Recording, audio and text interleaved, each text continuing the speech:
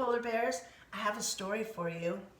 It's called The Circus Ship, and it's by Chris Van Dusen. It's a fun story, so get ready. Eddie's ready, so let's get going. The Circus Ship. Well, look at one of my friends named Abby gave this to our polar bear library. Okay, let's get my glasses on. Ooh, look at that illustration. I can see it's kind of stormy. 5 miles off the coast of Maine and slightly overdue, a circus ship was streaming south in fog as thick as stew.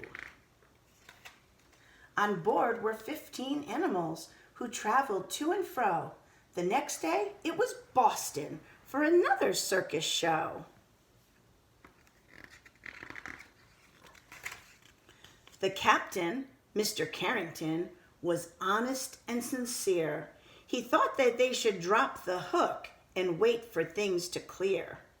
But Mr. Payne, the circus boss, was terribly demanding.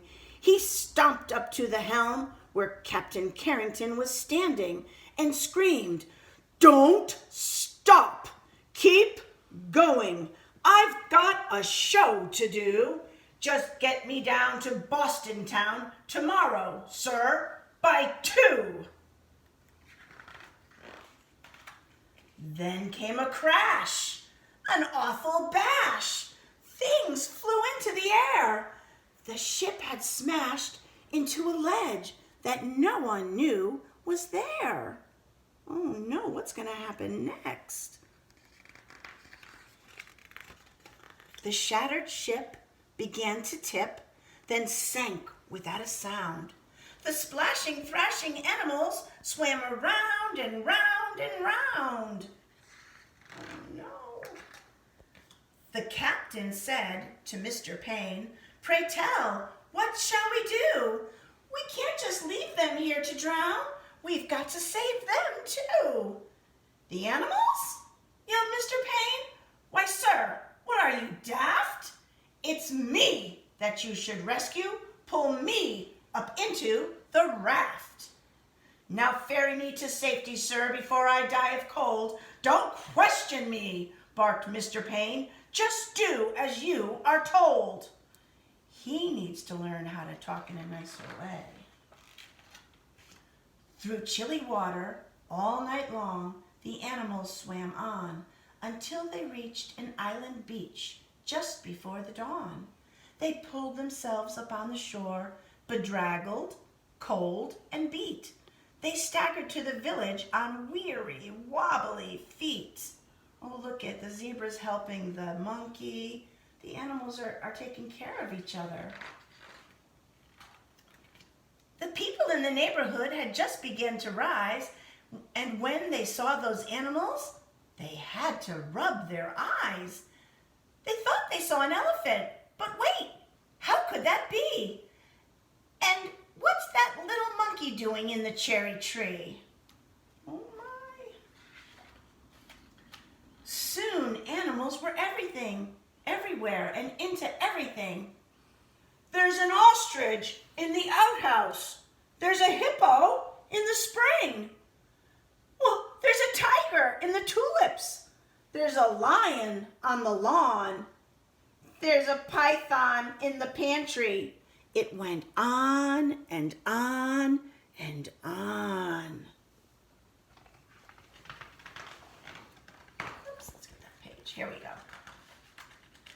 Mr. Hood was stacking wood and nearly jumped a mile when he found the alligator sleeping on his pile. And Mrs. Dottie Daly, who grew daisies by the bunch, discovered that a zebra had been eating them for lunch.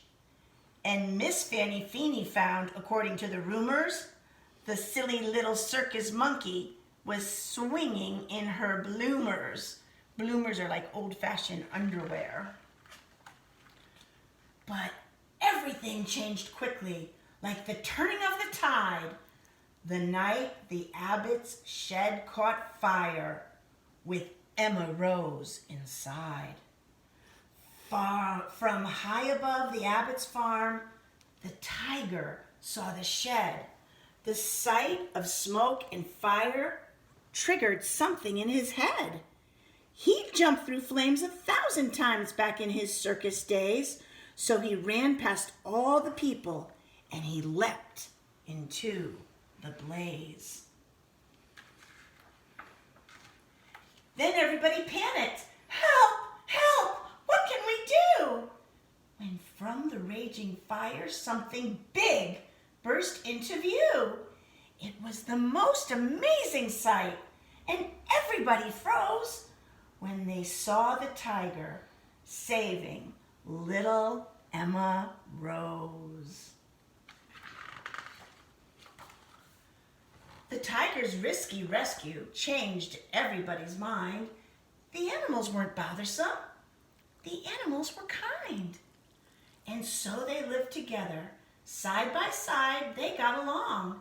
It didn't seem like anything could possibly go wrong. Look at that, the elephant they're using like a slide. The bear is riding on a bike. The camel is giving the little girl and her dad a ride. The tiger is having a picnic. Then Little Red the messenger came running with the word. Apparently, a circus ship had sunk from what he'd heard. The animals are from that boat. They swam in from the bay. The greedy owner wants them back. He'll be here any day. So the people called a meeting and they quickly hatched a plan. No animal that came ashore would sail off with that man. We're going to help the animals. Let's see. The next day, at the crack of dawn, a ship was in the pier. And up the lane marched Mr. Payne, whose voice was loud and clear. I am the circus owner. My ship sank in the murk. I've come to find my animals and put them back to work. Oh, he's not very kind, is he?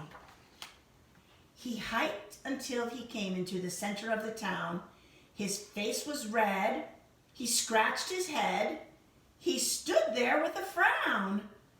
Mr. Payne looked high and low, but still he couldn't see the 15 circus animals of his menagerie.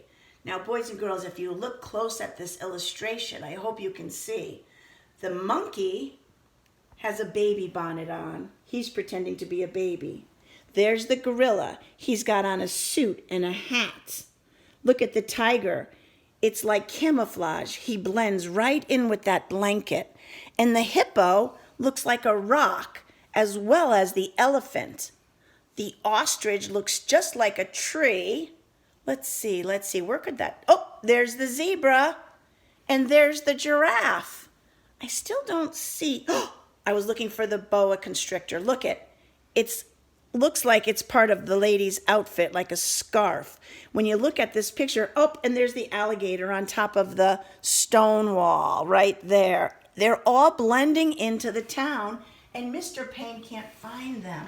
Let's see what happens. He ran around the alleyways. He searched the village square. He even checked a chicken coop. His animals weren't there. Mr. Payne was tuckered out. His heavy chest was heaving. Then Little Red stepped up and said, I think your boat is leaving. He ran off in a fit of rage. His ship was leaving sight. So he jumped into a rowboat and he rowed with all his might. And from that day, they like to say, their lives were free of pain. It was a happy, peaceful place upon that isle in Maine. And there are all the animals. They came out and they're watching Mr. Payne row away, and they are happy now because they don't have to work so hard for that man who was not very nice. Boys and girls, you were great listeners. I hope you liked that story. Tomorrow I'll read another. Eddie, should we say goodnight to the kids? Here we go, Ed. Ready? Oh, come on, Eddie boy. We say, adios, amigos, adios, my friends. Hasta la vista till we meet again. We've had a lot of fun, but now our day must end. So, adios, amigos. Adios, my friends. Bye, boys and girls. I miss you.